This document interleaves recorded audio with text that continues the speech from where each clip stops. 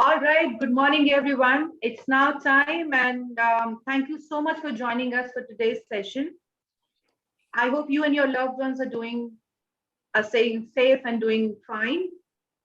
Thank you for being part of this thoughtful discussion today. We will be covering a wide range of relevant issues to help our recruitment partners offer a better experience to the students with the correct information and key insights. Our experts panelists will talk about how foreign universities are responding and adapting to the pandemic, the future of studying in Canada post-COVID, the fluctuating travel restrictions, and whether the demand for studying abroad will see a decline. And if yes, how will that affect the admissions for 2022? Our panelists will address all the interesting questions and much more in this very special discussion. So I welcome all our panelists, and I would request Mr. Arvinder Billing, CEO Aplicar, to begin the discussion. Just a little housekeeping before we get started. If you have any questions, please type them into the chat box and we'll take them up at the end of the session. Over to you, Mr. Billing. Awesome. Thank you, Pritika. And I hope everybody is able to hear me fine. And I'm nice and loud and clear and audible to everybody. So thank you, everybody. And I hope, you and everyone around you are well and keeping safe and healthy. These are tough times. And, my prayers and thoughts are with every one of you who's been impacted directly or indirectly by there's the latest wave of COVID 2019, and everybody that I know of has been impacted in one way or the other. So these are tough times, and we understand that this has had a very serious impact on both in terms of emotionally and financially, and especially our industry. When we talked about the international education industry, it has been hit really hard both in financial terms and has brought in a lot of uncertainty to our business. So I've been talking to a lot of our partners and the people in the industry, and the uncertainty has never been greater than what it is today. The students have questions for us. They're looking for us to provide them with the information and their answer and the answers in terms of their study abroad journey. But we as professionals, we want to make sure that we ensure what is the best for our students. And I'm very proud to say that everybody who is here on the panel and the attendees, we always have what is the best interests of our students in mind. But there are times when we wish we had more answers or more information to respond to the students in the best manner. So that is where the need for this discussion came up. And during the last webinars that we did, we heard very loud and clear that there was a need to hear it from our industry leaders and our industry veterans as to what the impact has been, how the Canadian institutions have adapted to this, how the students have performed or been successful, or what are the challenges in terms of online learning, and with all the travel restrictions which are reviewed and revised regularly. So where does this leave us as as education consultants, counselors who are talking to the students every day, who walk into our offices with these questions as to how best to answer them in the most honest way, wherein they can make those informed choices. So to address this, it was really important for us to discuss these issues. And so that's what we'll be doing tonight. So I'm really humbled and, honored to be able to share this platform with our industry leaders who've been in this industry from the time when Canada was an unknown commodity, or someone like Karunaji, Mr. Osman, who is the industry in itself. So when we talked about these our industry leaders, it's amazing the insights that they have. So I'm really looking forward to to listen to their wisdom, their years of knowledge, decades of knowledge rather than years of knowledge. So and some of the tips that they would share. So before we begin our discussion on some of these topics that we talked about, I would formally like to introduce our panelist here. So Ms. Karuna Osman does not need an introduction, but I'll still try and do justice to all of them. So she has been an industry veteran working ever since the industry started, or as some people put it, that she is the industry. She has demonstrated expertise in international student recruitment, has built relationships and developed markets around the world. She is right now the president for Ilium Student Services and International Student Recruitment Manager at University of Waterloo. I'd also like to welcome Mr. Saurabh Bashisht. Saurabh is an MBA with over 20 years of marketing experience and 12 plus experience in international student recruitment. He is also an IRCC certified immigration consultant and is known in the industry for his conversion specialist. He has a retention ratio of over 70% working with smaller institutions. And that's a magnificent number, when we look at the institutions that he's worked with in smaller centers. So he's right now working as a manager for international student and recruitment services at Northwest College in Edmonton.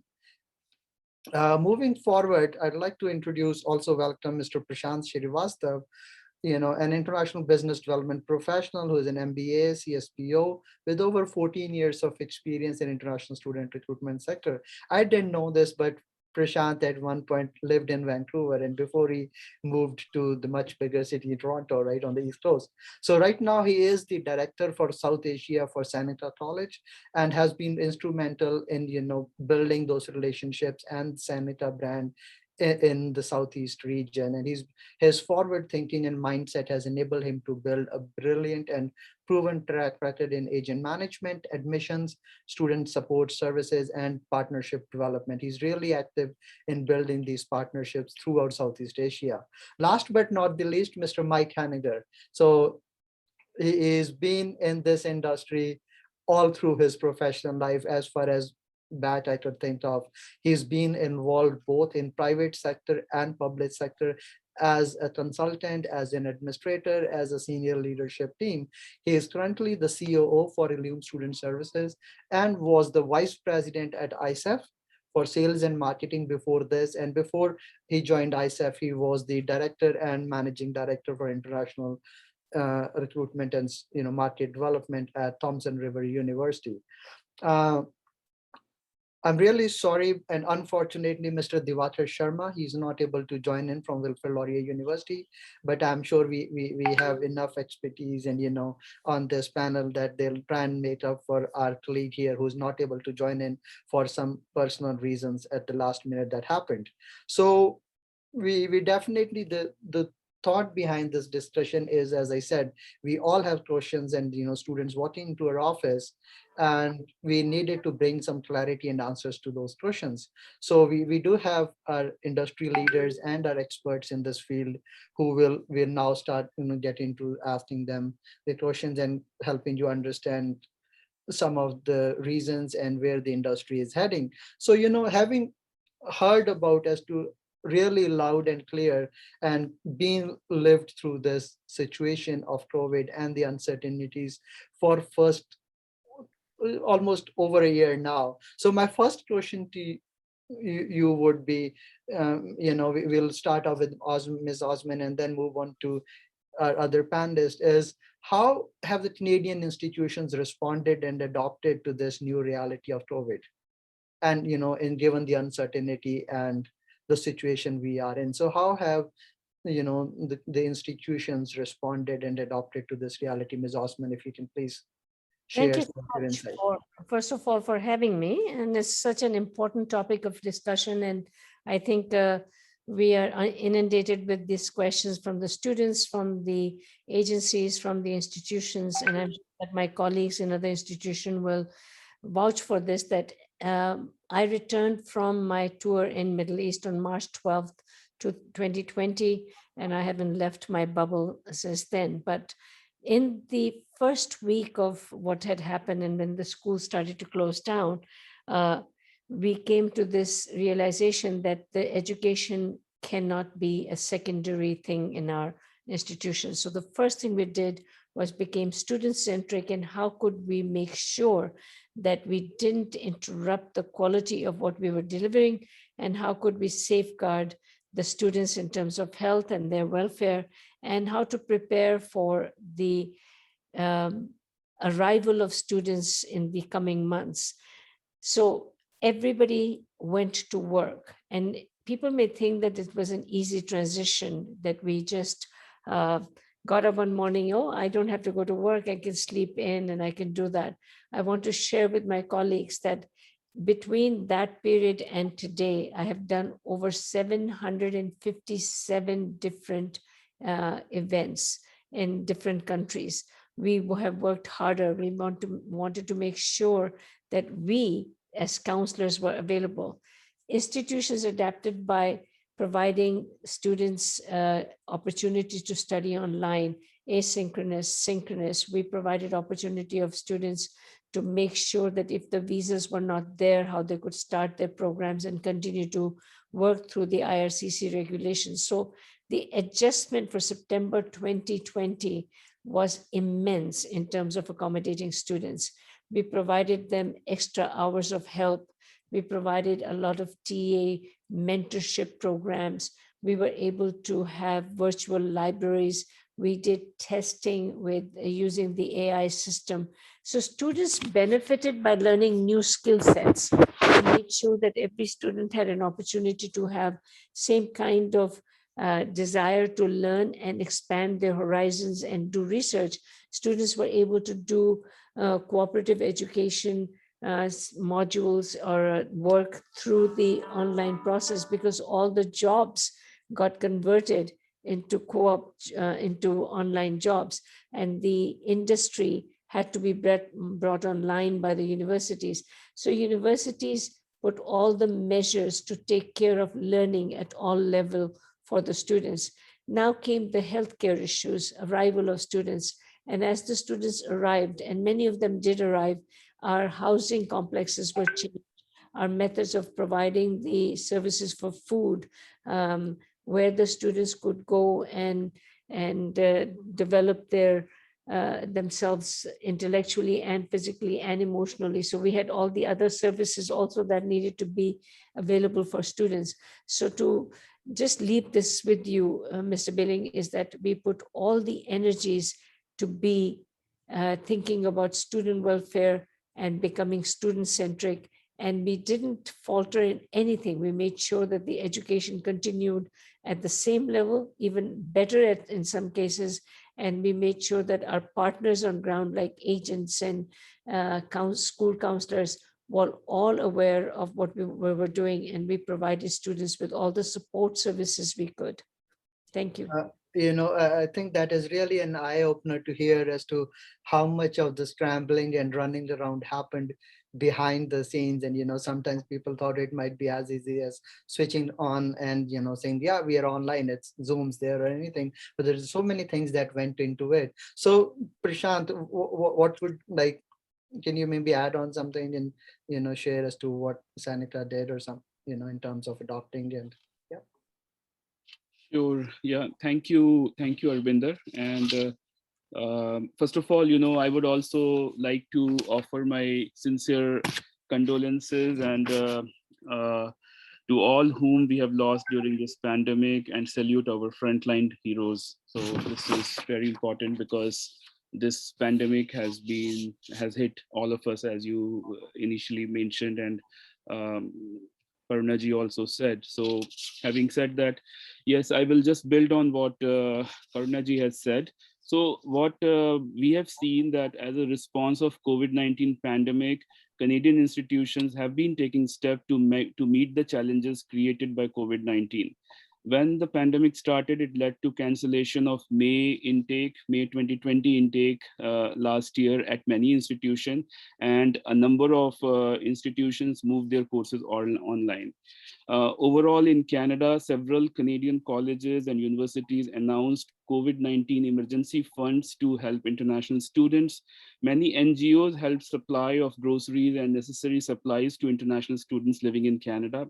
The Ministry of Education in various provinces collaborated with tech companies to provide technological support for the Learn at Home programs to meet the educational needs of both students and teachers. Devices were distributed to students who didn't have them with the fast internet facility. Today, everyone in Canada is trying to adapt to this new world of online education. Through online education, definitely it cannot fully replace the in-class experience. The main aim here is to help students continue their education and the learning process. And definitely there have been challenges adjusting to these changes for both students and teachers. So I will just reflect some more what Seneca's response has been to COVID-19. Based on my own experience at Seneca, initially we did saw temporarily postponement of study plans of international students due to the ban of international travels. However, a large number of students did not cancel their study abroad program, but they deferred it to next subsequent intake. Many of them actually, they took the benefit of government's of Canada's temporary policy changes due to COVID-19 and have enrolled for online courses from their home countries. So as we speak, we have thousands of students spread out in South Asia, in different parts of the world, taking Seneca education. So it has opened actually a new door for us to see that what could be the future potential of online education due to the impact of COVID. Overall, Seneca has contributed over $10.5 million to students experiencing financial stress during COVID-19 pandemic. Through Seneca COVID-19 Relief Fund, more than 9,000 students, both domestic and international, have received the aid. The college has distributed over 1,200 laptops to students who needed help with technological support. Means we have distributed a lot of PPP or these health care related essentials to hospitals to fight against COVID-19. Also, we are part of province COVID-19 vaccine rollout plan. Seneca has partnered with North York General Hospital to become the site for its main community vaccination clinic. As well, for international students, we have been reimbursing 50% of receipts of government approved hotel stay to a maximum of $1,000 for students who are enrolling and traveling during for winter and summer terms. So this has been overall our response, like all together with all stakeholders, with our agency partners, we are working towards it. And still, I would say we are not out of the woods. So we are continuing this as a response from our end. Thank you. No, yeah, I think that was great. As you know, some of the things, and I'm sure a lot of the people on who are here would not have known the depth and the extent that institutions have gone on to help the students and support these students. So, sort of, in anything that you'd want to add on to or build on what Prashant and Karnaji have talked about. Yeah, definitely. Yeah. Hello, everyone. Who's here? I think I'll probably build on. I think I'll take both positive and negative side of the COVID. I think we did had some positives as well. So I think there were a few things that we wanted to launch in this COVID times, or prior to that we were able to do here. So I think we were thinking of having our online orientations and all that, which I think COVID gave us a good platform to launch. So those were, I think, really successful in this time. And again, I think the challenges, I think, has been already highlighted by both Karuna and Prashant. So I think we had the same challenges. We have to transition into online learning. I think we were fortunate, Northwest has been fortunate because we've been offering online education for last 20 years. So we knew how online education worked. And even in some of the programs, like nursing program, which is a very hands-on program, even we've been offering online education in that. So I think transitioning to online studying synchronous, asynchronous, that was happening already in the institution. So that was less of a challenge to us. But I think the main challenges was basically, I think, around digital literacy. So we did a lot of initiative on digital literacy, especially with international students, because of course they're coming to a new learning environment. And now they're adapting to online education. Digital literacy is was a big challenge that we also faced.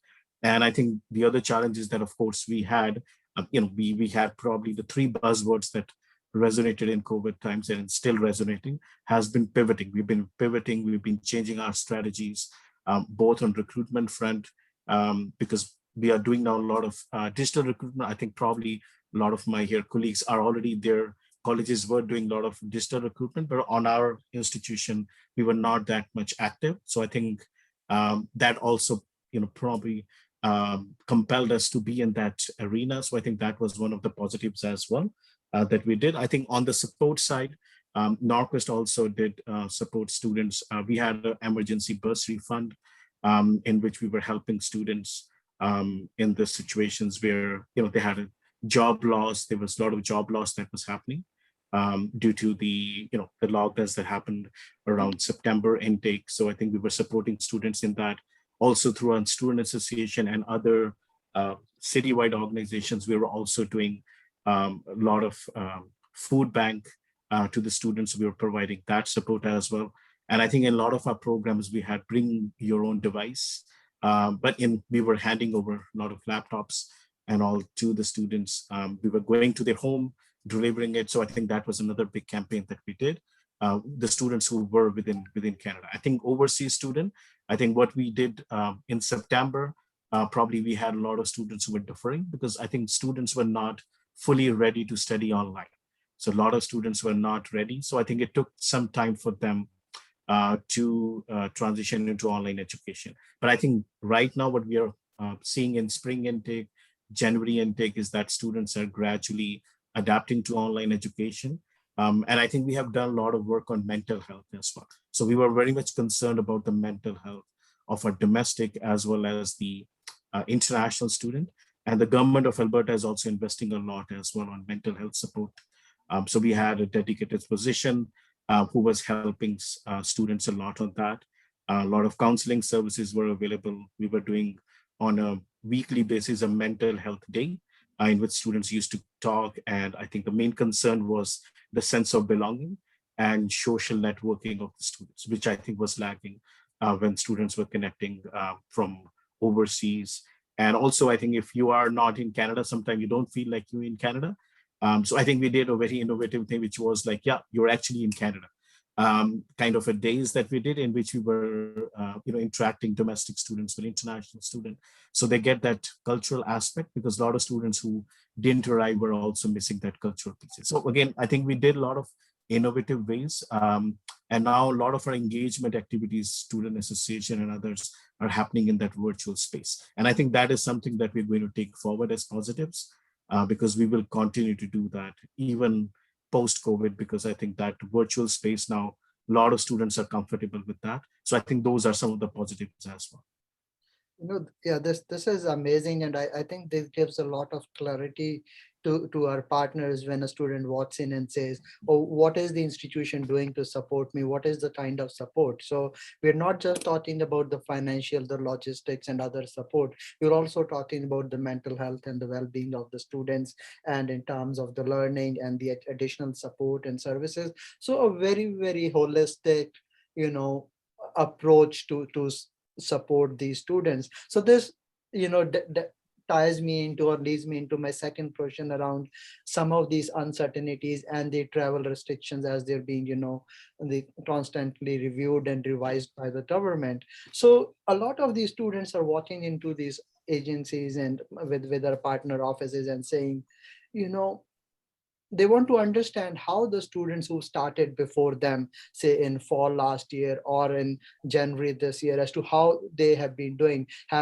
what were their struggles and, were they successful? Were they, they just want to understand what was the experiences. So if they want to start, and what would be the support that's available to them when they're joining in from their home country. So yes. All right. So I think we'll get Mike to present that part of it. I think he has experience in what the industry is doing in terms of making the one thing that Saurabh has said, which I really wanted to touch base on, the mental health and the desire to have the international learning experiences where the students are feeling the pinch, they're really feeling it. I know I did my first year of computer science at University of Waterloo. I'm very happy with it. But I need to now come into Canada, and they got stuck. And now with travel restrictions, they're really agitated. They have the visa, they have the right to come, but not able to travel. So if Mike can take over from there and just speak a bit about what he's finding, and as he's dealing with a lot of institutions, and what measures are they taking to make sure that student bodies feeling welcomed and are able to travel. Thank you, sir. Yeah, I mean, there's some really good points brought up by my colleagues on the last question. A couple of things I want to add to that before moving on. I think, first of all, the perception that students around the world have of Canada and how Canada's reacted to the pandemic, and how institutions and international education has dealt with the pandemic and international students is very, very important. And what we see, recent surveys, IDP just released the Crossroads 4 survey of 6,000 students surveyed on what they thought of different countries. Canada is ranked on the top, beat every country off on every major category. How have we dealt with the pandemic? How are our policies towards international students? How do international students feel supported by the institutions that they've applied to? So Canada right now has a very good brand in the eyes of international students of how we've dealt with the pandemic. In reality, I don't know if collectively across the country we have dealt with it that well. There have been issues. Province to province is different. There's different announcements coming out. There's a ton of uncertainty. But I think one thing that's been most important has come through the pandemic, and Saurabh and Prashant and Karuna were speaking very well about what different institutions have done to help students. Mental health, bursaries, quarantine, support, all of those type of things. But really, for me, what stands out, what's jumped out is that the flexibility and how nimble our Canadian institutions have been over the past year. I mean, if we rewind back 18 months in time, could you imagine Canadian universities and college accepting Duolingo as an English equivalency test? Could you imagine top institutions across Canada accepting predictive scores for tests and allowing them in? If we talked about this 18 months ago, we'd all be laughing and say that will never, ever happen in our industry. But it has happened. And I think there's a lesson that I hope we all learn in this industry and that we take forward, is that students come first. And I think what COVID has taught us is that we have been very empathetic to the needs of the people that we serve. And those are the students that we serve, whether you're an agent, whether you're an institution, it doesn't matter where you fit into that part of the student journey. But we become very willing to try and help students in the way that they needed help and going above and beyond. And I just really hope that this doesn't disappear as we begin to move forward out of COVID and we recover from this global pandemic. Other thing that we see with students is that more now than ever, they're willing to change their destination. They're willing to change from institution to institution, province to province, and even from Canada to another country, if they see an option being offered to them that they feel meets their needs in a more effective way that provides a better return on investment for them. So really what we're seeing is throughout the recruitment cycle, even after a student has paid the deposit with you, they're still willing to change if they feel that they have a better option somewhere else. So us working together, institutions, the work that Karuna and I do to support institutions and agents, the work that agents do to support their students, it's never been more important than it is right now, that we're providing the information that they need, that they're providing the services that they need, and we're just there to talk to, because people feel very alone all across the world. I think we can all say, even I feel it. I mean, we're in these bubbles and it's oppressive in nature. So just the basic support, and Saurabh talked about the mental health part and just the engagement part. I see institutions who are just reaching out to students. I talked to a very seasoned marketer recently, and he said the best recruitment activity that they've been doing is walking with their students, prospective students from other countries, on FaceTime and walking around the school and showing them this is where you're going to be in a year. don't lose that dream and making that personal connection.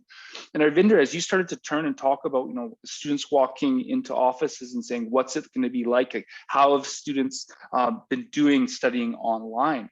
I think it's part of the same narrative that I'm speaking to right now of how key it is to share experience. The whole experience has been taken out of this.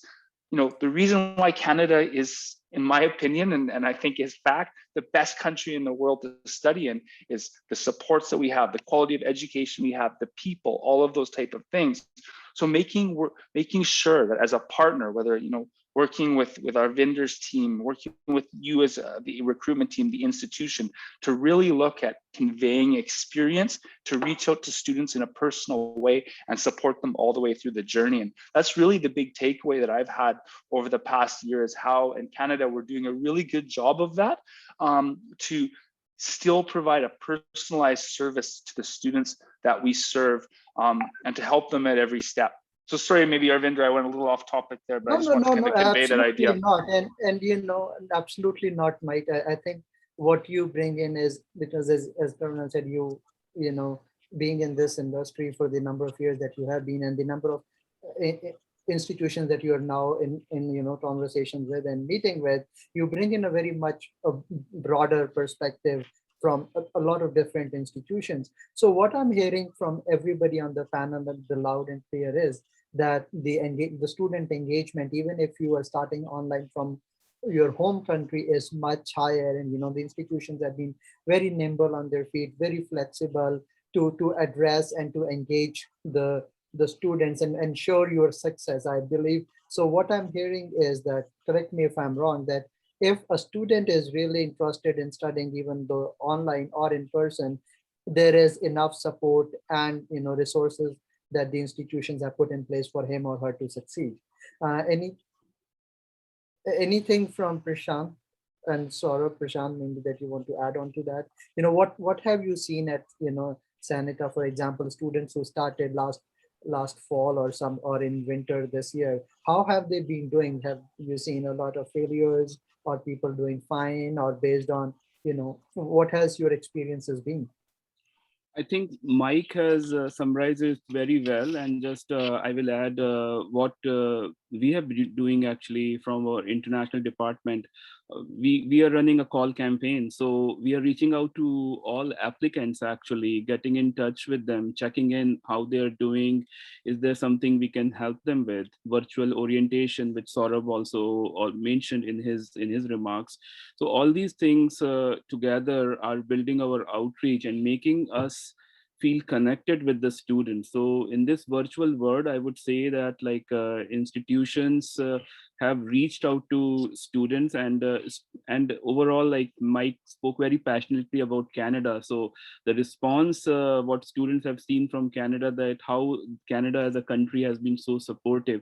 When there are several countries who closed their borders, Canada didn't close its borders actually, and kept welcoming international students. So that has been phenomenal. So when we look into this COVID response, even for vaccinations, international students can get the vaccines while they are in Canada. These are very good measures, and future of international education and also the destination choice for international students will depend on these factors, that during this troubled time, where were the institutions, what were their measures, how they reached out to students. So overall, I think Canada as a sector has done amazing work. The government, institutions, agency partners, and now platforms like you, Arvinder, you are connecting things in the virtual world and making things accessible for students. Awesome. Saurabh, anything that you want to add on? Yeah, I think probably Prashant covered it all. I'll just put, I think what we are calling it a little differently, but we're doing the same thing. I think what we're doing is also, which Prashant mentioned, calling campaign. We are calling it proactive advising. So I think we have been reaching out to the students also, while they're in the term. So I think what we've been doing is that if a student start in this semester, within 1 month, 2 months, and 3 months, we're doing a touch points with them. So we are making sure that they're doing well, because we know that they're starting from overseas. They may have different challenges. I think we have also launched our peer mentor program. So we call it Virtual Buddy, Virtual Northwest Buddy program.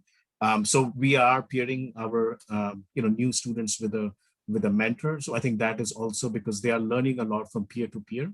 And I think probably a student can tell more about the challenges and can relate more. I think those are, I think, some of the initiatives which are really helping as well. But yeah, I think there has been some challenges. I think some challenges that we are seeing is that probably they're not getting that much interaction. So there are some students who are struggling as well. So we are seeing that as well, the struggles from students from academic side as well. And we are trying to support them. I think the other challenge that we are seeing is the time difference as well, because we do have synchronous classes where they have to be live. Sometimes they prefer to be asynchronous, but they don't get that kind of interaction which you get in your live classes.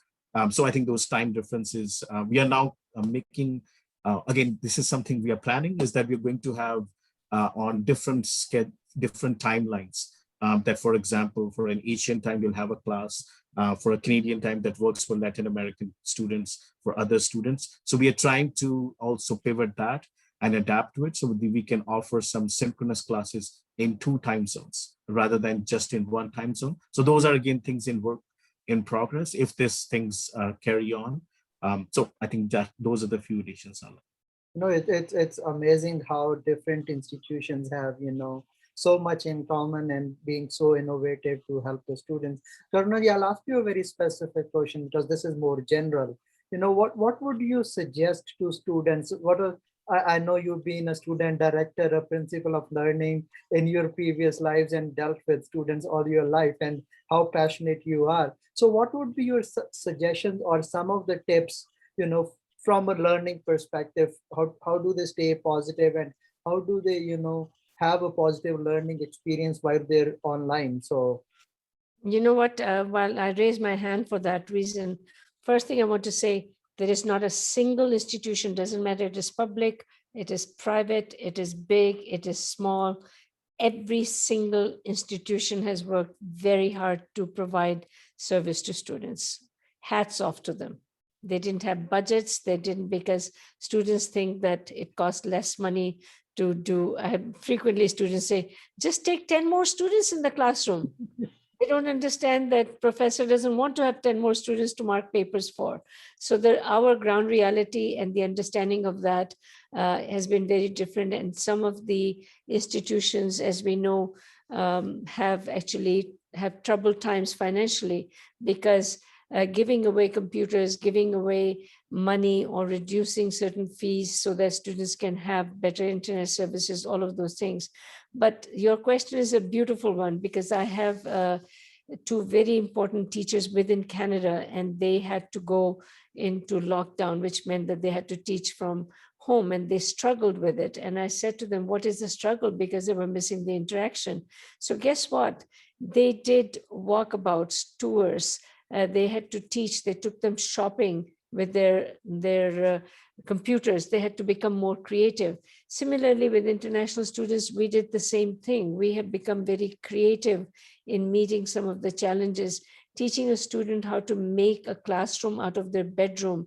The desire to lie down is always there, right? It's always there. One of the parents said that we really appreciate what Waterloo has done with these students to keep them engaged, because a couple of the other friends that they know, the student puts up the lesson, puts it on the bed and goes to sleep. But we have all become very creative, and the sessions that we're having today with Aplicar and groups like this, keeping us very current and very alive. As a teacher, I would say to you that one of the major issues is that for students who are coming from families that are not, I'm going to have to use this word, who are not really good, cohesive, strength, happily supported families, those children have suffered the most, because schools and universities and coming here was an outlet to be able to come out of those restrictive, and we all know what I'm talking about. So we had to also adjust to that with the parents. So guess what we have been doing? We've been doing sessions with parents. I have a meeting tomorrow.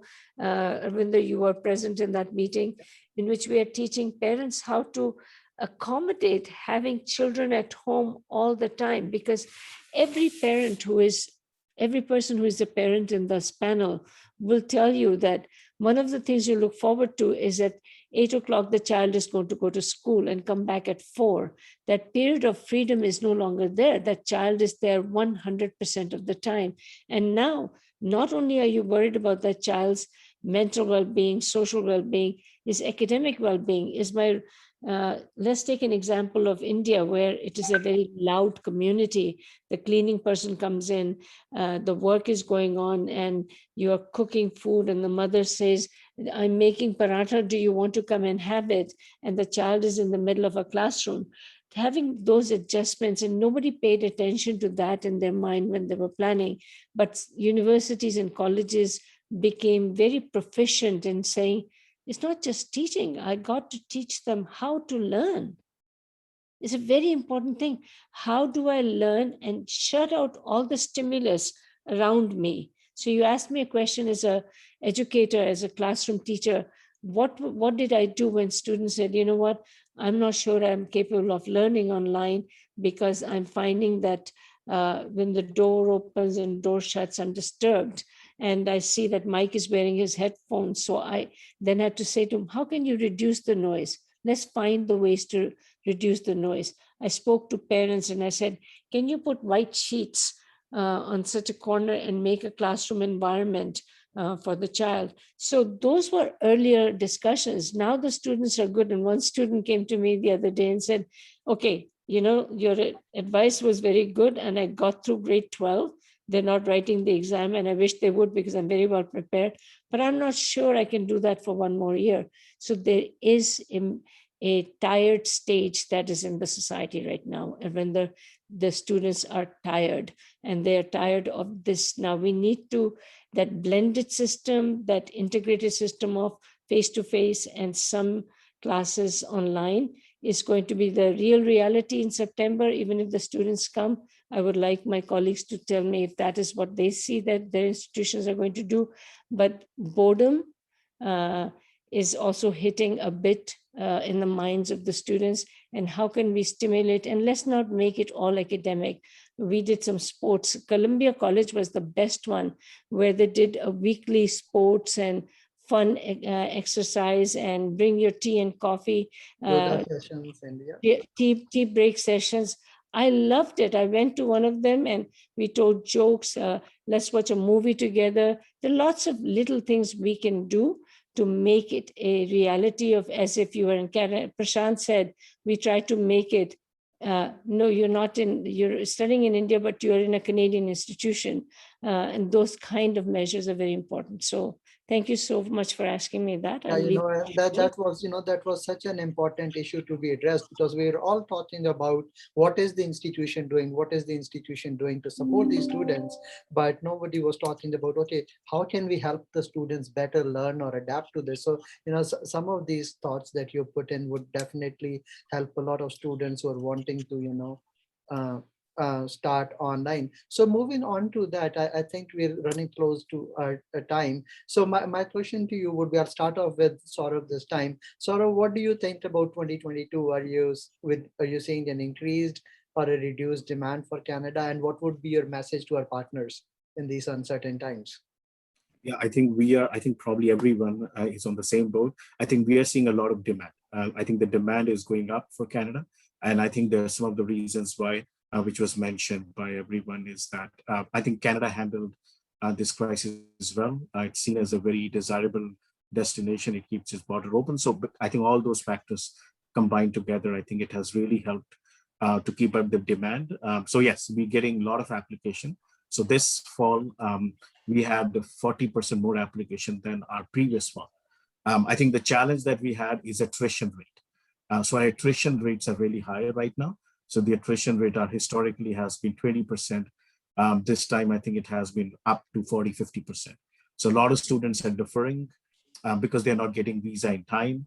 Again, as an institution, we have not been encouraging them to start without a visa because there's a lot of complexity of refunds and all those kind of things you get in. So I think that is the main challenge right now. I think still we are going to face is the visa status, because it's taking longer to get visas and those kind of things. I think once we have post this COVID I think we will be in a better position. We are really positive that I think Canada is now on the top with this COVID. So it has definitely helped Canada a lot in this COVID times. We have gone ahead of some of our competitors the way we have handled it. So I definitely feel a lot of positive. And we have also learned a lot of things from COVID. I think we are now more comfortable in digital space. I think within the institution, now we are a little bit worried, will students like to come back to campus or they're too much comfortable learning online? So I think that's another thing that we are also looking. So we are planning a program delivery, which is called High Flex, which means it's up to the student's choice, whether we will be doing live streaming on those classes from our classroom. So it's the student choice, whether they want to come to campus or they want to study online. So we are thinking of the future in the program delivery side. So, but I think the future definitely is going to be positive. And yeah, we are really hopeful about that. That's, that's great to hear that we are all experienced. So Prashant, anything that you can, you want to add or Yeah, as to where we see ourselves in 2022? No, I will just add to what Saurabh has said, and everyone in this panel has alluded to. So just like to add the government's favorable policy changes, actually, the temporary policy announcement by IRCC that has been a great support to international education sector, by which students can continue their education online from overseas and still get the benefit of postgraduate work permit. So that has been a phenomenal that support to us. And also the government's announcement to invite around 27,300 workers with Canadian experience to apply for permanent residency, which has largely benefited international students in Canada. So this again, coupled with the government's policy changes with postgraduate work permit, and also these recent announcements have helped us to actually attract more international students to our institutions and Canada in general. And also I would like to quote Minister Mendekono's own words that international students may be temporary by their contribution, but their contributions are lasting, and we are hoping to help them or more of them to stay permanently. So this is again the foundation of Canada's policies and strategy by which international students are preferring Canada as a preferred choice for international education. So overall, with the online education, the flexibility is there. The students will continue to learn in a hybrid mode, as Saurabh has mentioned, what Northwest is doing. Similarly, these options will be available to students of Seneca with hybrid programs. And again, it will depend on the vaccination, how soon the vaccination is able to come to a point where we get the guidelines that the campuses will reopen. And in the end, I will also like to add the trends, the international education trend, the forecast by British Council and other organizations, that the demand for international education is going to be there in 2022 and beyond, especially from countries like India, Pakistan, Nigeria, Bangladesh, Nepal. These countries will continue to drive the international education sector for Canada. Thank you. So no, that's great. Mike, your thoughts on what 2022 holds for us? Yeah, I mean, we've heard this phrase of the double cohort and the students that have been waiting to come face to face and are doing that. I would just encourage us, first of all, Canadian education side, and also the partners that we work with, that we can't be complacent. Australia has taken huge damage, more than any other major destination through COVID with their closed borders. The day that Australia opens up its borders, international students will flood back to Australia, and those will be taken away from Canada. The US, with the Biden administration, we see demand increasing on a month-over-month basis for the US. Competition will be fierce. China now has 10% of inbound student mobility. 10% of global students go to China. It is a competitor for Canada now. We need to continue. I talked earlier before when I was speaking about the flexibility and about how we're putting students first. We need to continue to do that.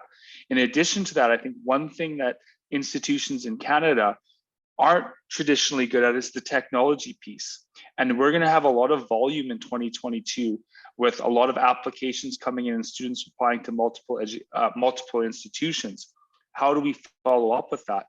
I love the Aplicar system. It is a technology system that allows for a streamlined application system and that strong communication between you, the agent partners, and the institution. I believe Loom plays an important part of this with the student services that we provide and the services that we provide our institutions and agent partners, the work that we do with Aplicar, but really making sure that we strive to continue to do a really good job, because the competition is fierce and people are fighting for each one of these students. And here, the business development kind of point of view, we have to be sophisticated, we have to be engaging, and we have to work as a team between the agents and the institution partners. And that's, I think, a key role that Aplicar plays, is helping put that team together. And it's also a role that Kroon and I and the Illum network does as well. So I hope we can work together and make sure that the opportunity that presents itself in 2022, we take full advantage of that to the benefit of our students, to the benefit of the companies that we represent that work together. So that would be my takeaway for 2022. And that's, so glad, and I'm so glad to hear these positive thoughts, and that, 2022 would probably be the bumper year or the biggest year from what I'm hearing from everybody on the panel here. So some positives for our partners, because a lot of them worried about what does this mean for our industry, what does this mean for our business, even though you're a big partner or a small partner. So things are positive. So from what we're hearing, the institutions are ready and they have all the support systems in place to, to help us and our students in their journeys in study abroad. And I'm sure, with Ilium and with all our partner institutions, we will have a bigger role to play. And as we extend our reach and, help these students next year when we see, as you said, double cohorts and other things. So that's pretty much it in terms of our discussion. So thank you, for all your thoughts and insights into this. This has been really an eye-opener in terms of understanding what the efforts and the great lengths that the Canadian institutions have gone to help support students across here or abroad, and both financially, mental health, and other logistics support that they have.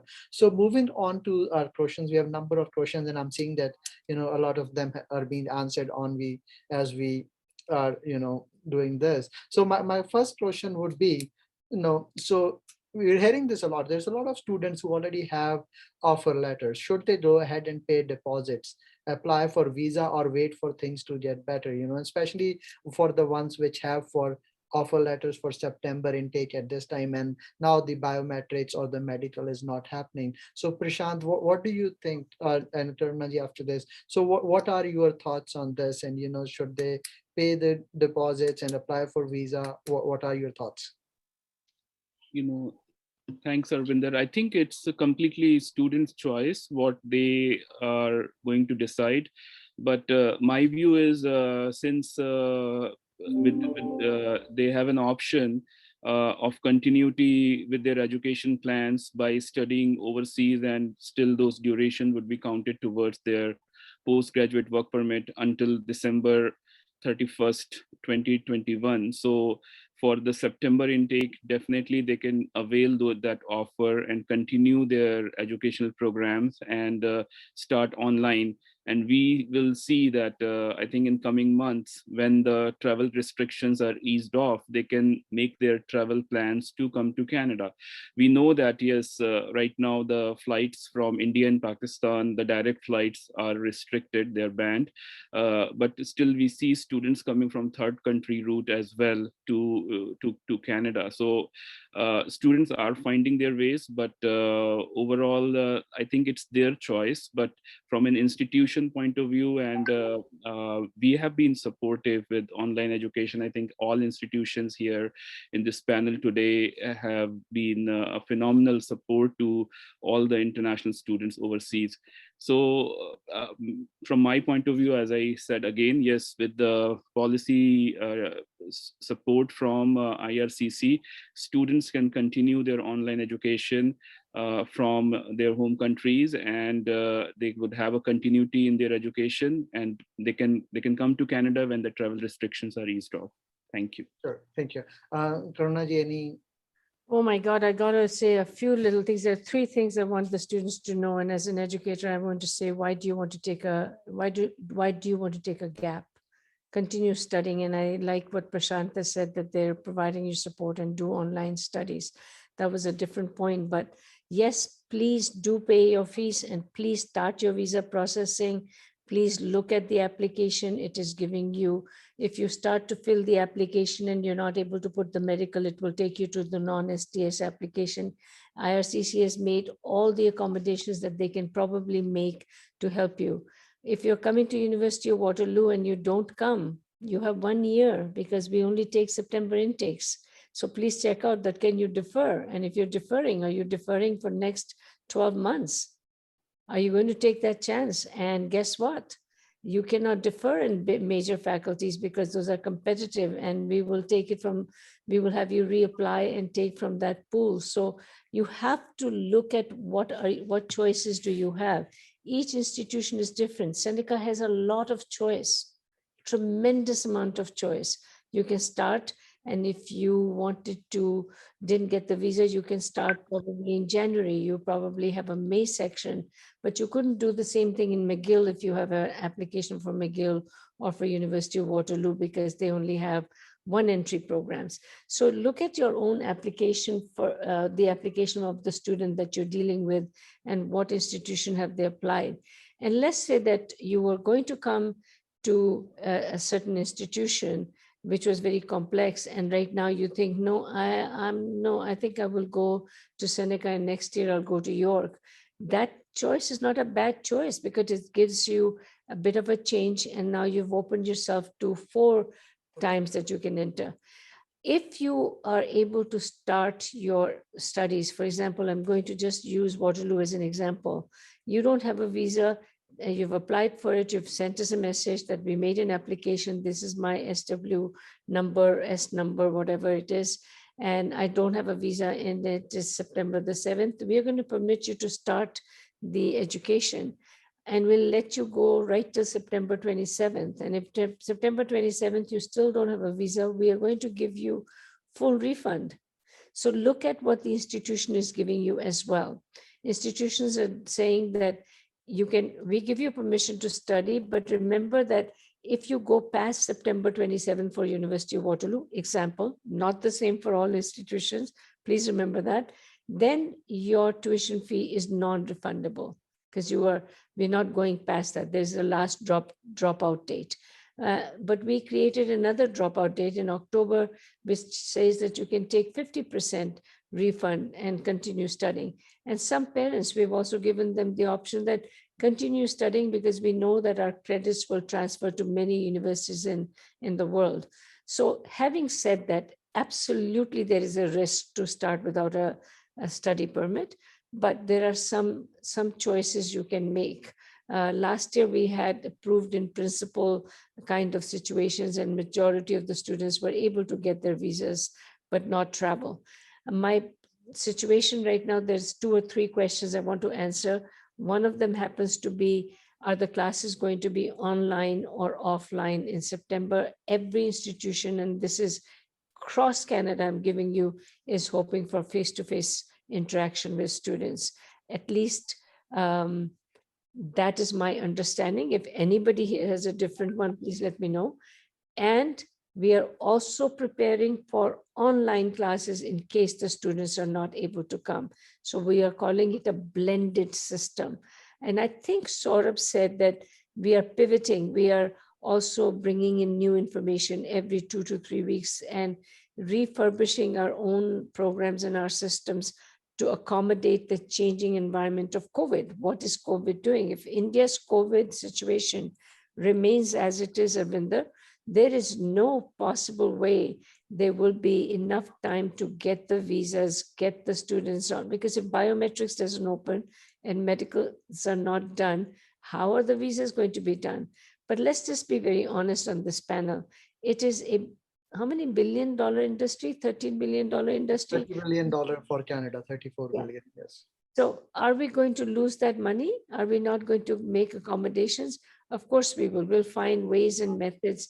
Please, all the participants who are here, remember Canadians are very, very accommodating in terms of what is going to happen. We need people, we need these students.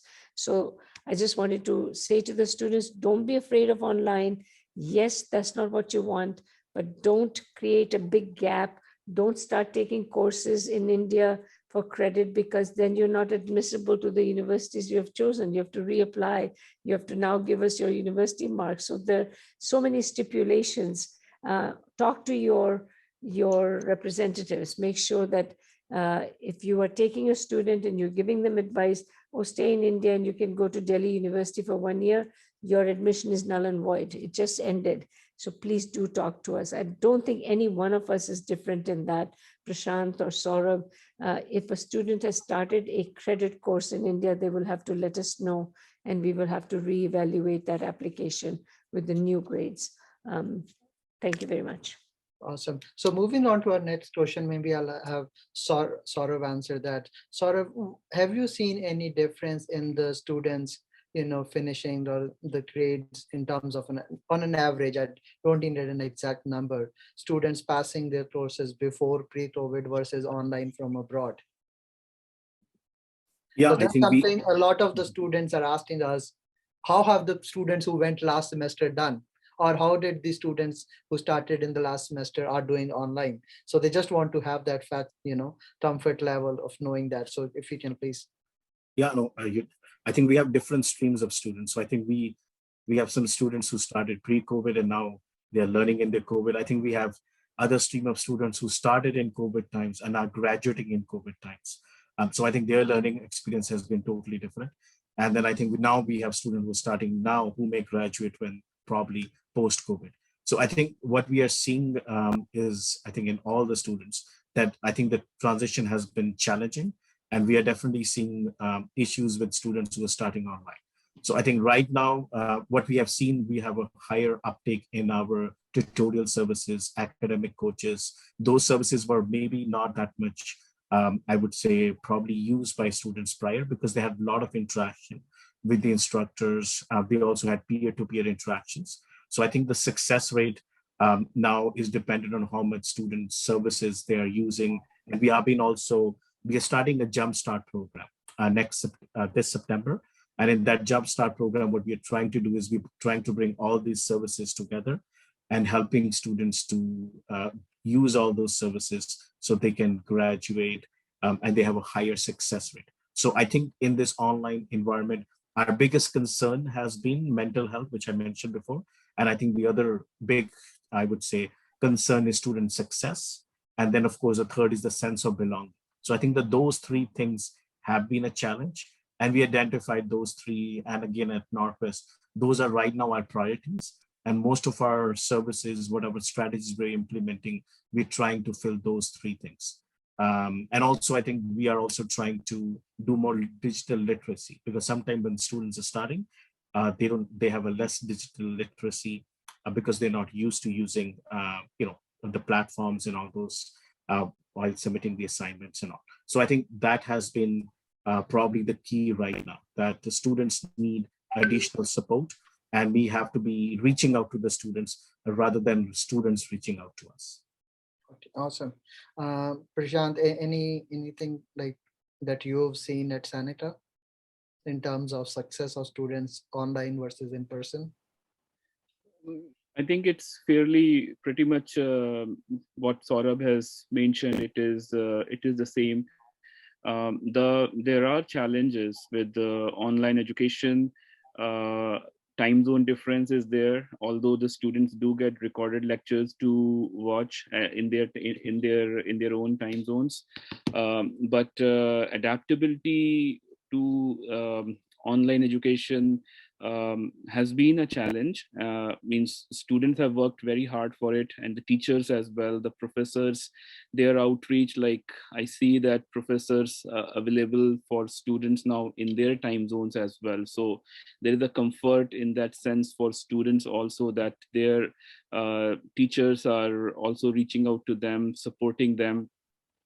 as well as there has been a sense of flexibility also in teaching as well. So means overall it is not as it was before COVID, but it has those challenges, but the resilience what students and teachers have built, they are making it making it a success. And in some cases there has been very good success stories. I get videos from our agency partners from different countries. They send us the testimonials that sometimes students are feeling to have a comfort that they are able to study from their home. So those kind of messages also we get, which are spreading the positivity among the student community, because they share it with each other. So when a student from Bhutan, he sends us a message that this has been their experience with online education, that they are able to study from their home country with the comfort of living at home with their parents, with their family. So that gives a sense of comfort also to other international students when that message goes on social media and it becomes viral. So that has been the thing, because the pandemic, the situation is it's a global phenomenon. It is not just in Canada or in one of the countries, India or Bangladesh. It is worldwide. So even when students are studying in India, for example, they are following the same path. There is no difference.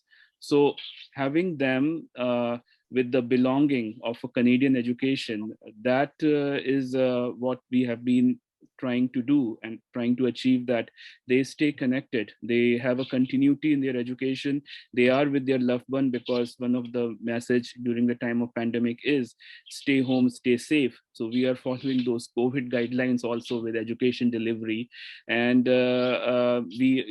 students are getting the education. They are able to have a continuous educational plan. And like as it was mentioned earlier also, like we have never thought of offering admissions based on the predicted grades and acceptance of Duolingo in universities and colleges. So that has been the sense. It has been adaptability, flexibility.